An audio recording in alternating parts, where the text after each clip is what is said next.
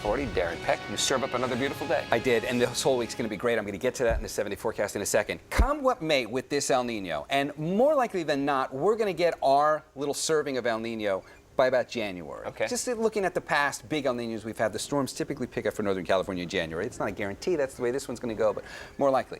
But that's like the question, are we going to get it? Which overlooks the fact that we've already got the most, or one of the most significant El Ninos that we've ever witnessed on this planet since we started looking at it. And it's already altering weather patterns across the globe. We've had the most active Pacific hurricane season we've ever had, with more Category 4 and Category 5 hurricanes than we've ever seen in one season.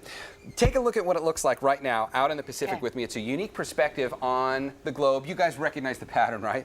Paul, you said it looked like a hamburger. It does, although I know better now. The red is the warmest water as it's making its way into South America and us too. Yeah, but it also could be, you know, the patty in between the two buns of orange there. I see where you were going. Dinosaur's teeth. There's the eye. Like a cherry pie to me. Can we get back to the science now, please, instead of the psychoanalysis? Okay. So that's sea surface temperatures in the red that are way above average, but it's not just here along the equator. That's the classic El Nino. Let's go up to the coast of California, and we see something here that was not there the last time we had a big El Nino. Everything else looks like the last big El Nino of 1997-98, except that.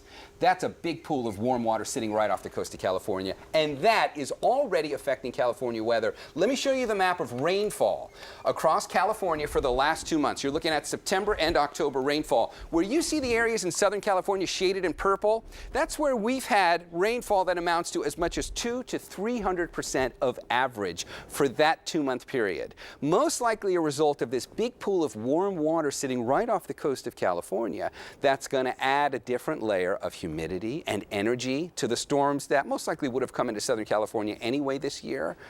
But now they've got all this added humidity and the energy that goes along with those surface temperatures that are far above average that can evaporate more and add more water vapor to the storms, and we're already seeing the impacts of this so far. Now there's a lot to be seen with how this will come together for us this winter, but we've got very good reason to believe from at least the previous 2 cases where we've seen El Nino as strong as it is now, Northern California got in on the act, and in those 2 instances, we started to see our storms in January, which means for the next 7 days, we got nothing.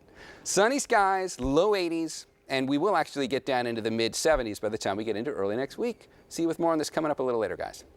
All right. Thank you, Darren. If you are tired of waiting